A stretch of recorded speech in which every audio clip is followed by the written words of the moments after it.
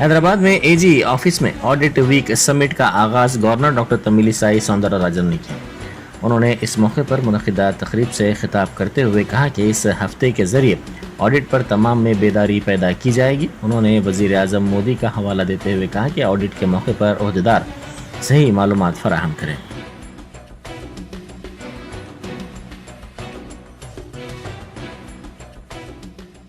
Looked after you without taking any fees. When you are sick, I took to the doctor and I took care of you all the night without taking fees. When I wanted to join you in a very good school, I stood in the queue and got the application. I admitted you without any fees. So, what are your accountability? Like that, she wrote it.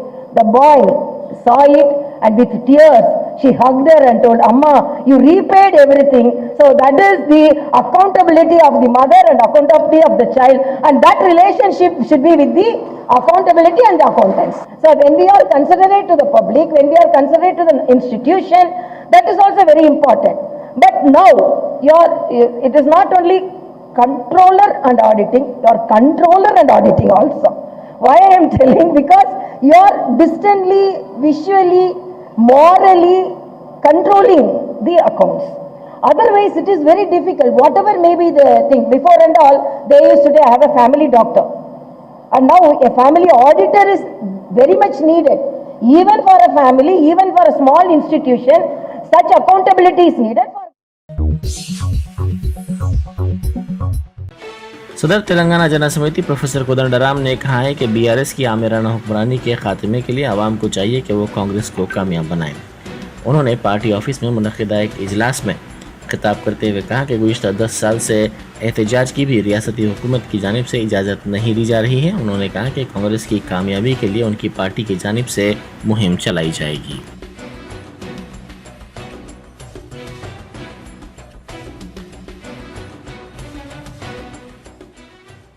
గెలవాలి.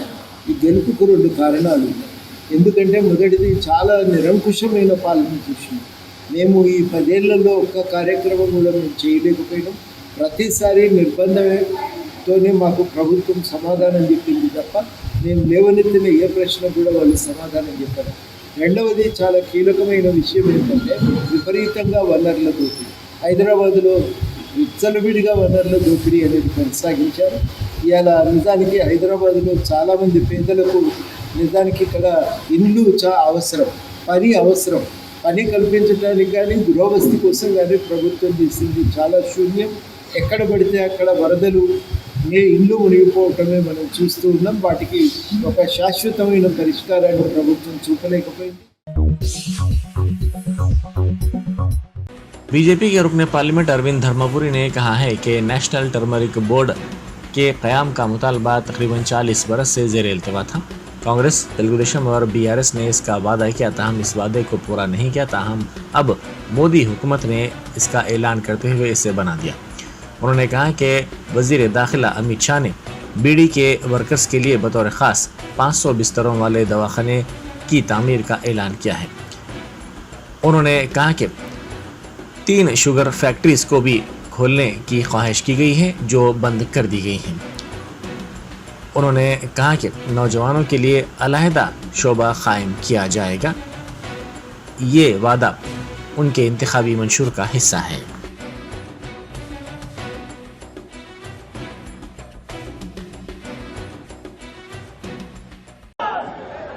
यहाँ पर आकर एक तो केंद्र की सरकार ने अमित भाई उसमें स्पेशल इंटरेस्ट लिए थे कि नेशनल टर्मरिक बोर्ड का जो 40 साल का हल्दी के किसानों का एक लड़ाई था, उसका कांग्रेस वाले इससे पहले वादा देकर मुकर गए, तेलुगु देशम मुकर गया, टीआरएस पार्टी मुकर गया। फाइनली मोदी जी केंद्र की सरकार ने नेशनल टर्मरिक बोर्ड अनाउंस भी किया और क्रिएट भी हो गया।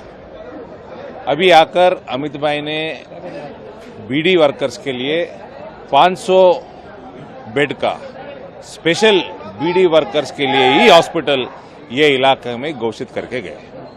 और यहाँ पर जो किसानों के लिए, गन्ने के किसानों के लिए पिछले 8 साल से जो शुगर फैक्ट्रीज 3 तेलंगाना में, दो निजामाबाद पार्लियामेंट में रहते हैं, एक बोधन में है और दूसरा यहाँ पे कोरटला सेगमेंट में है और जहीराबाद में एक फैक्ट्री है। ये तीनों फैक्ट्रियों को तुरंत खुलाने का वो अभी बात करके गए हैं।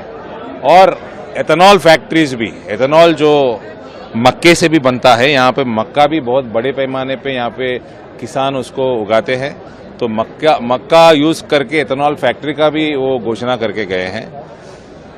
और युवाओं को एनआरआईज के लिए special ministry department, separate department जो घोषित किए हैं वो हमारे इलेक्शन मैनिफेस्टो में भी है। ये भी एक बहुत बड़ा मुद्दा है इस इलाके में। आज अमित भाई का ये जो बड़े पैमाने पर ये मीटिंग जो हुआ है, पब्लिक मीटिंग, इससे बहुत बड़ा मैसेज टोटल तेलंगाना को और स्पेशली नॉर्थ तेलंगाना के लिए बहुत बढ़िया प्रोग्राम्स वो अनाउंस करके गए। तेलंगाना हज कमेटी के सदरनशीन मोहम्मद सलीम ने मेदक जिले में मुस्लिम अक़लियती इजलास से खिताब किया। उन्होंने नुमाया खिदमात पर बीआरएस हुकूमत की सताइश की और राय दहिंदों से अपील की कि वो 30 नवंबर को बीआरएस पार्टी को वोट देकर कामयाब करें। इस मौके पर Padma Devender Reddy MLA Medak, P Tirupati Reddy MLC, Mukheed Chanda senior leader BRS, Devender Reddy BRS leader, साबिक काउंसलर आरिफ अनवर, अक़लियती सदर मेदक सोहेल, म्यूनसिपल चेयरमैन मेदक जिला और बीआरएस के दीगर कायदीन व कारकुनान मौजूद थे। अल्लाह का करम है कि इसका टर्मिनल हम लोग एयरपोर्ट पे अलग ये करके हाजियों को तकलीफ नहीं होना बोल के ये करे। अभी सेंट्रल गवर्नमेंट को भी हम लोग लेटर लिखे कि हमारे हाजियां यहाँ के जो हाजियां और उम्र रसीदा भी होते हैं, उन लोगों को तकलीफ नहीं होना, करीब से करीब बिल्डिंग लेना, हरम के करीब बोल के हम लोग वो भी एक लेटर हम सेंट्रल गवर्नमेंट को भेजा है। अल्लाह चाहे तो उसकी भी नुमाइंदगी हुई। और आप लोगों को गुजारिश है कि अपने जो बच्चे हैं, आज ऑटो वाले के रहो या रिक्शे वाले के रहो, आज जो भी बच्चा पढ़ रहा उसको 20 लाख रुपए केसीआर साहब जो है ना स्कीम है स्कॉलरशिप, उसके तहत जो है ना फॉर्म भेजा के गरीब बच्चों को पढ़ा रहे। ये कोई गवर्नमेंट में इंडिया में नहीं हुआ, ये केसीआर साहब निकाले। और आज तो तनख्वाह दे रहे हैं, आज कोई मामूली बात नहीं है। पहले कोई गवर्नमेंट नहीं थी इंडिया की तारीख में, कांग्रेस थी ना बीजेपी ना टीडीपी, कोई नहीं दिए, मगर केसीआर साहब ये स्कीम निकाले, 5,000 रुपए से शुरू करे, 8,000 लोगों को देते थे, मगर आज 10,000 को दिए, 5,000 रुपए हर इमाम साहब को, मस्जिद के जो है ना मौजूद साहब को जो है ना हदिया 5,000 रुपए दिए। फिर उसके बाद में 7,000 एप्लीकेशन और आए, उसको भी क्लियर कर दिए। बीआरएस उम्मीदवार लसिया नंदिता ने दावा किया है कि आने वाले इंतखाबात में बीआरएस की हैट्रिक यकीनी है। उन्होंने कहा कि इंतखाबी तशरीह मुहिम पर आवाम से मिलने वाले रद्द-ए-अमल को देखते हुए उन्हें मसर्रत हो रही है। उन्होंने पेस्टर्स के इजलास में शिरकत की और पेस्टर्स की तायद पर उनसे इजहार तशक्कुर किया।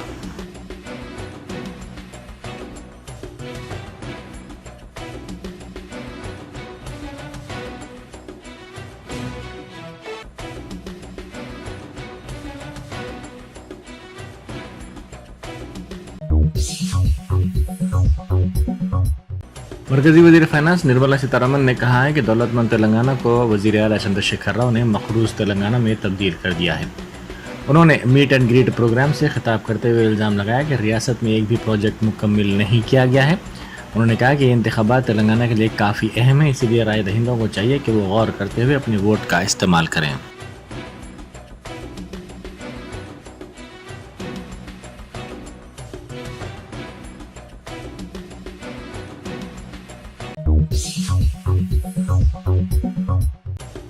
बीआरएस उम्मीदवार पद्माराव गौड़ ने कहा है कि रियासत में बीआरएस की कामयाबी को कोई रोक नहीं सकता।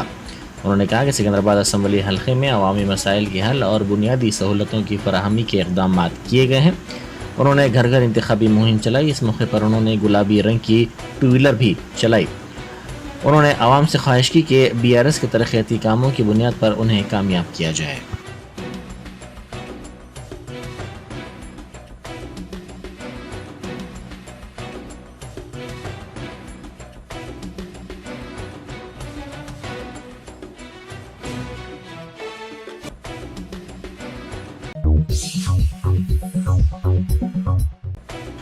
डीएमके ने कहा है कि इसने तेलंगाना असेंबली इंतखाबात में कांग्रेस की तायद का फैसला किया है। अपने बयान में तमिलनाडु के वजीर आला स्टालिन ने तेलंगाना यूनिट से कहा कि तमाम कारकुनों को चाहिए कि वो कांग्रेस के उम्मीदवारों की कामयाबी के लिए काम करें।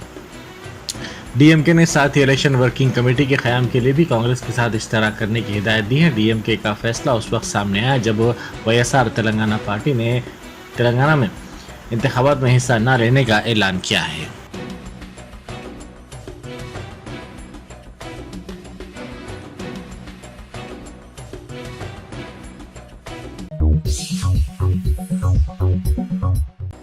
साबिक फौजियों की तंजीम ने तेलंगाना में कांग्रेस पार्टी की तायद का ऐलान किया है। साबिक फौजियों की तंजीम के सदर नशीन कर्नल रोहित चौधरी की हिदायत पर तेलंगाना में कांग्रेस की तायद का फैसला किया गया है। रियासती चेयरमैन राजेंद्र ने बताया कि चिन्नूर में कांग्रेस उम्मीदवार विवेक वेंकट स्वामी की भी तायद की जाएगी।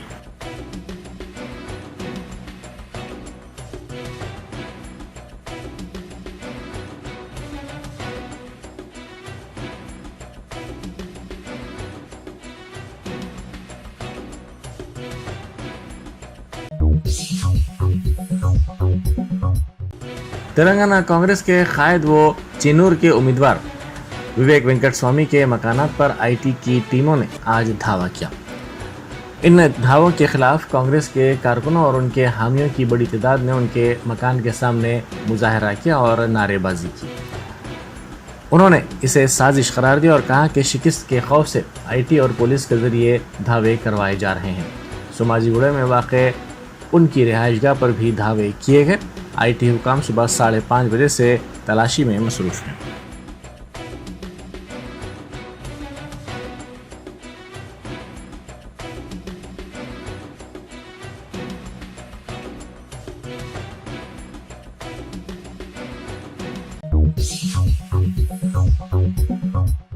याकूतपुरे के मजलिसी उम्मीदवार जाफर हुसैन मेराज ने यासर अरफात इंचार्ज याकूतपुरा के साथ मिलकर घर घर इंतखाबी मुहिम चलाई।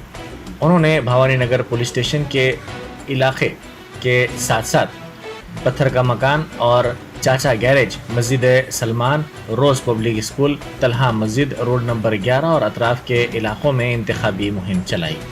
इस मौके पर मजलिस के याकूतपुरा के कारपोरेटर्स, साबिक़ कारपोरेटर्स, नुमाइंदा कारपोरेटर्स, इब्तदाई मजालिस के सुदूर और मोतमदीन और सरगर्म कारकुनान भी मौजूद थे।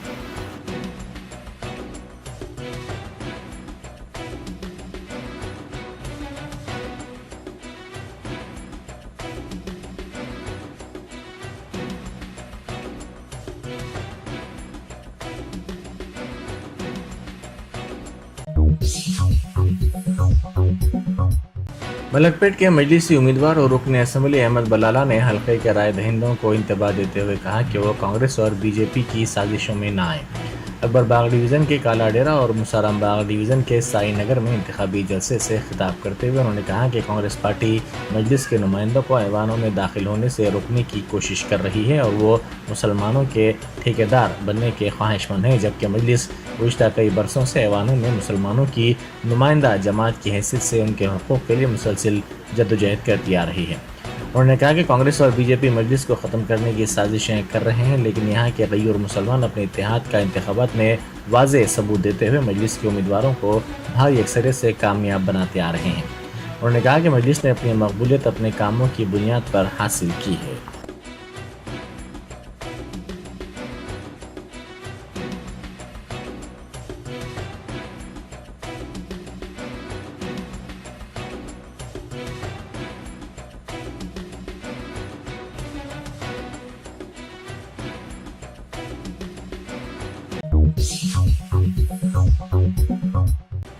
कांग्रेस की शिकायत के बाद इलेक्शन कमीशन की फ्लाइंग स्क्वाड टीम और पुलिस ने बेड़चर हल्के के पीरजादीगुड़ा में एक दफ्तर पर धावा किया और 74 साड़ियों के साथ साथ 2 लाख रुपए की नकद रकम जब्त की। साथ ही वहां पर पुलिस को बीआरएस के वजीर मल्ला रेड्डी का पॉम्फलेट भी मिला।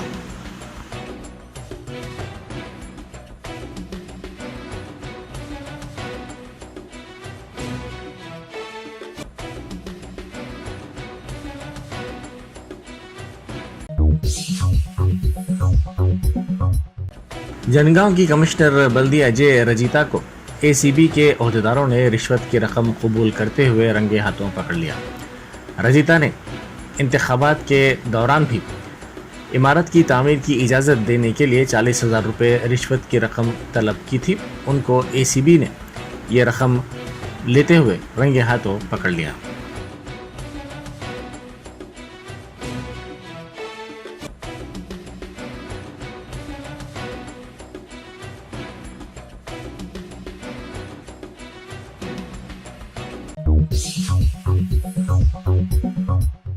यादव हक्कुला पोराटा समिति के सदर रामलू यादव और यूथ सदर श्री सलम यादव ने हल्का असम्बली राजेंद्र नगर से स्वामी यादव को उम्मीदवार बनाए जाने पर बैरिस्टर असदुद्दीन ओवैसी एमपी व सदर कुल हिंद मजलिस इत्तेहादुल मुस्लिमीन से इजहार तशक्कुर किया। उन्होंने राजेंद्र नगर हल्के में मजलिस की तायीद करते हुए स्वामी यादव को कामयाब बनाने की राय दहिंदों से अपील की।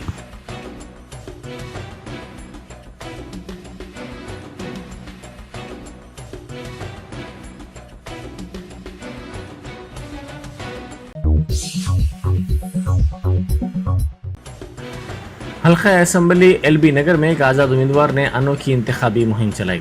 इस आज़ाद उम्मीदवार ने बादशाह की तरह लिबास पहनकर घोड़े पर बैठकर इंतखाबी मुहिम चलाई। इसने अपने साथ सिपाहियों के लिबास में बाज़ अफराद को भी रख लिया जिनके हाथों में भाले थे।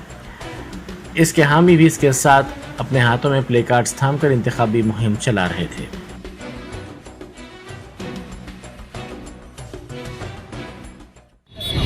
సదరు వచ్చినా కూడా కుమ్మర్లకు ఏ రాజకీయ నాయకుడు కూడా మాకు అసెంబ్లీ మెట్లెక్కనియలేదు। ఖబర్దార్ కేసీఆర్ గారు ఈ కాంగ్రెస్ నాయకులకు బీజేపీ నాయకులకు ఎందుకంటే మేము అవపడట్లేదా మీకు? మేము పుట్టుక నుంచి సాగుదాకా మా గుండెని వాడుకుంటున్నారు। మా సమాజాన్ని మా మంగలి కావచ్చు సాకలి కావచ్చు వీళ్ళు ఈ చేతి వృత్తులు మీకు అవపడతలేవా? చేతి వృత్తులు అంతరిస్తే మీకు ఈ మానవ మనుగడకే కష్టము। ఎందుకంటే నేను ఎందుకు నామినేషన్ ఇస్తున్నానంటే ఈ సమాజంలో ఈ కుళ్ళు కుతంత్ర రాజకీయాలు మనీ పైసల రాజకీయాలని అంతరిద్దామని నేను